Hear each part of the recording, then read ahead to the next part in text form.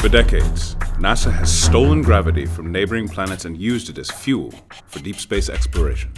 It's called a gravity assist, and because of it, we've been able to travel to regions outside the solar system that would otherwise be unthinkable.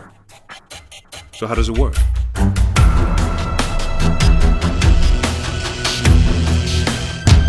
In a nutshell, a gravity assist is a technique that changes the spacecraft's velocity relative to the Sun by swinging through the gravitational field of a planet or moon.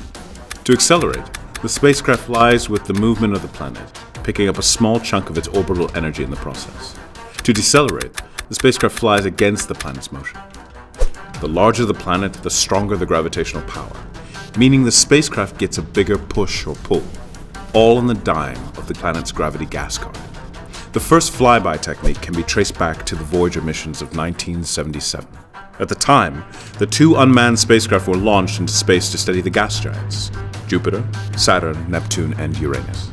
But the distance to Jupiter is deceptively long, only about halfway to Saturn, and the vehicles the probes were launched aboard, the Titan III Centaurs, could only provide enough energy to get them to Jupiter.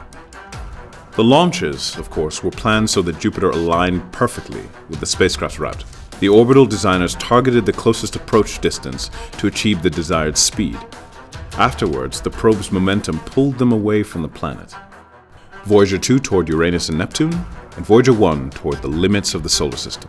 On August 25, 2012, Voyager 1 became the first human-made object to enter interstellar space. As NASA puts it, further than anyone or anything in history.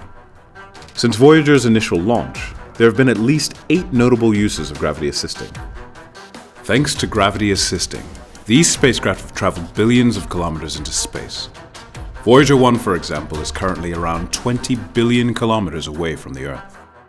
The Rosetta probe, launched by the European Space Agency in March 2004, used 4 gravity assist maneuvers to accelerate throughout the inner solar system, eventually reaching its destination on Comet 67P on November 12, 2014. But will the gravity assist method ever be used for human missions? Probably not. The idea boils down to efficiency versus time. Swinging by all those planets makes it a long trip, so really, there's no free gas. Chances are, an astronaut would prefer not to be in space for years and years at a time. Still, it's far out, dude.